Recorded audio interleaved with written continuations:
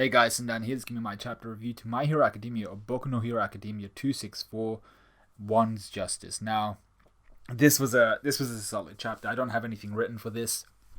Just gonna run through it. It was a banger of a chapter. The parts with both Twice and Hawks were actually quite saddening. But the parts before that were quite hype. And then obviously the ending, I'm just like, oh, it's kind of the same ending as last time where I'm just like, oh shit. I'm not too sure exactly how this is gonna go down, but I'm not looking forward to what this means for Hawks.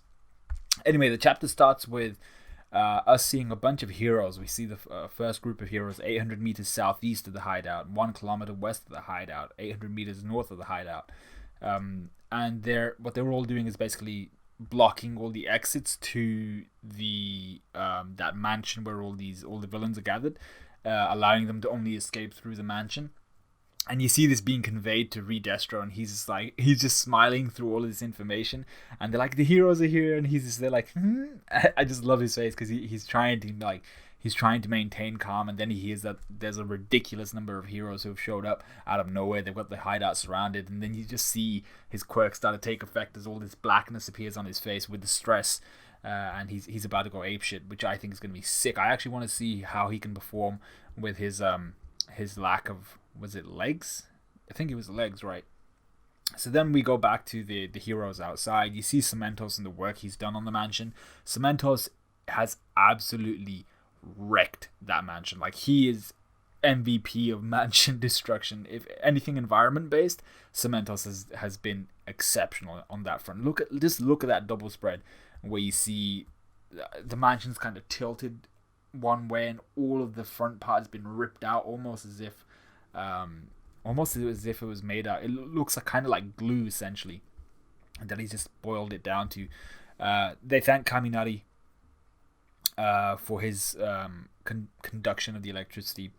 But the villain, he actually makes a good point. He asks how many million volts can Kaminari withstand, and I'm pretty sure we would have got something interesting happening there. I was hoping we'd get something interesting happening there, but what we got was the heroes, instead of fights being given to each individual person. I think what Horikoshi did here was, there's way too many people to get one-on-one fights, so we'll make this more realistic and just have people pushing through, people fighting through multiple people at the same time. So we have Edge Shot come here using a move called Thousand Sheep Pierce, and he basically punctures the lungs of a whole bunch of different villains. Only a small, tiny hole, but apparently if they get worked up, they could basically be dying because of the air escaping through their lungs. And while they have this hole in their lungs and they're kind of immobile, Midnight comes and brushes through them with her pheromone / scent based quirk, which basically puts them all to sleep. And then you have Kamui Woods, who just comes with his kind of his signature move almost, which is the lacquered chain prison, locking everyone up. And I thought this was a really awesome kind of 2-3 pages here we got, showing how coordinated the heroes are, moving from Edge Shot immobilizing everyone, Midnight making sure that they're doubly immobile and that they wouldn't be able to do anything with their quirks by tiring them out, by making them sleepy, and then Kamui Woods actually immobilizing them. We then see our boy Juzo, or Honenuki, who makes the ground into this kind of soft, muddy substance, and he pulls everyone down into it, taking out a whole bunch of other villains. And while they're down, you see Gangwalker just rushing through. So what I liked here is you got to see the pro heroes, and then you got to see two of the class 1B, essentially. What are they called again? They're not pro heroes. They're licensed heroes, but they're still at school. So we see Honenuki essentially quicksand them or quick mud them into the ground, and the stragglers and even the people who are still in the mud get shot up by our girl Komori with her mushrooms. So that was all cool. I just thought it was a really good kind of contrast, seeing the pro heroes doing their thing, but also the not so pro heroes, the semi pro heroes, putting in some work. I'd love to see who Gangwalker is going to go up against. He's just there looking ferocious as hell. He's in a white suit, looking dope as shit. But I actually want to see who he comes up against and who he has to fight. We then go to the saddest scene of this chapter, where you see Hawks talking to Bubaigawara twice, and twice talking to him. and he tells Twice, he's like, yeah, I sent out the date and time of the attack via code. Sounds easy, but it really wasn't. And what my mission really was to keep an eye on you and your double, seeing as you already had the advantage of numbers. I couldn't leave you to your own devices and have you increase those numbers indefinitely. So he even tells Twice here, really striking at his heart, saying, when I told you about going over the liberation ideology before the big conference, you didn't suspect a thing, but the reason why was because I knew I'd be alone with you right before the attack. I knew I could hold you off while everybody else dealt with everybody else.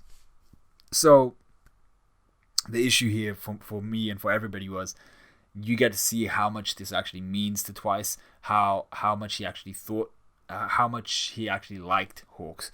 So Hawks is saying, don't move or anything like that, I'm just going to capture you and deliver you to the authorities. But Babaigawara, he's just thinking back to, wait a sec, the same thing happened with Overhaul, the same thing happened with Chisaki. He blew off Mr. Compress's arm, he blew off Mag's whole body, basically left him with only legs. And then you can see the frustration, you can see the anger, and you can see the sadness in himself, the disappointment in himself as the tears start flowing.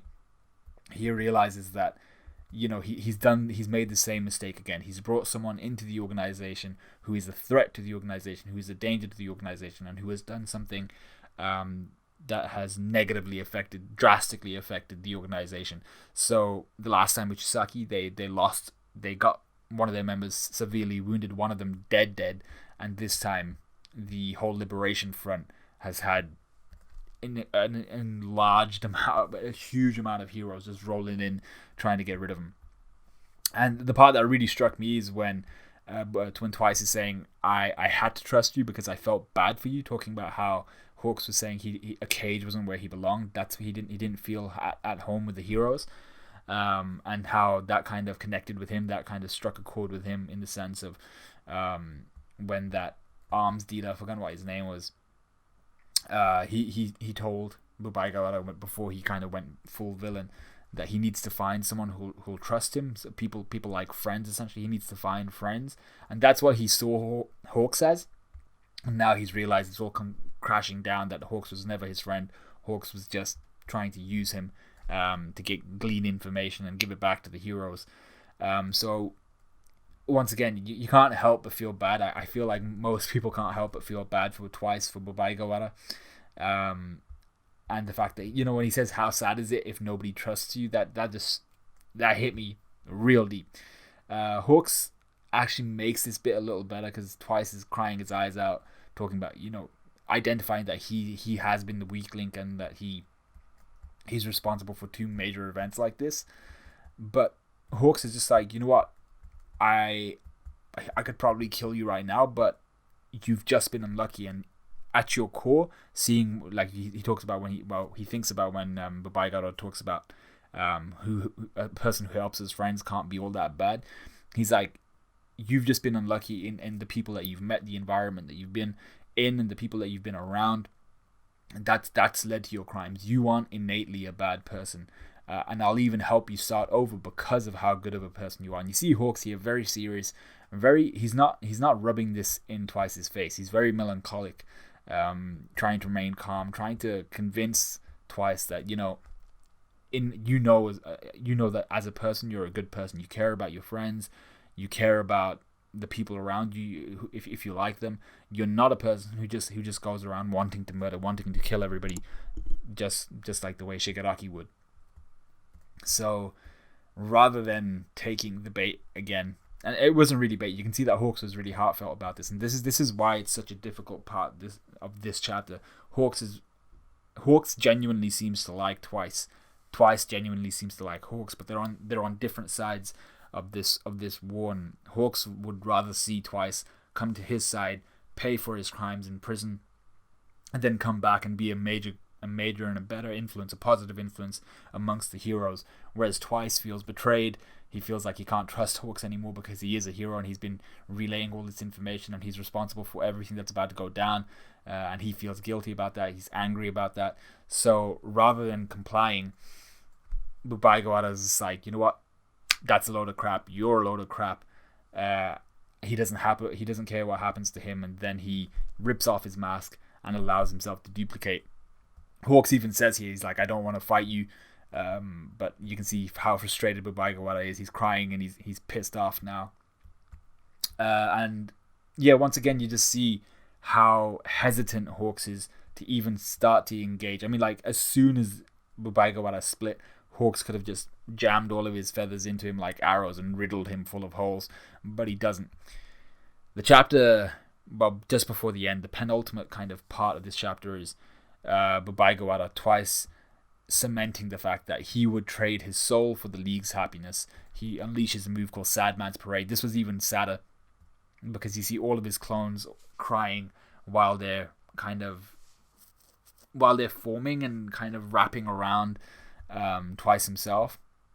It just looks, it doesn't look like, it looks like a badass move, but it doesn't look like an epic badass move. It looks like such a sad place to be, as he's surrounded by so many copies of himself, almost kind of reiterating the fact that he's literally the only person that's got his own back at this point in time, which I think is kind of symbolic of the fact that the two people he's trusted to bring into the organization so far have only stabbed him in the back and hurt the people that he's cared about.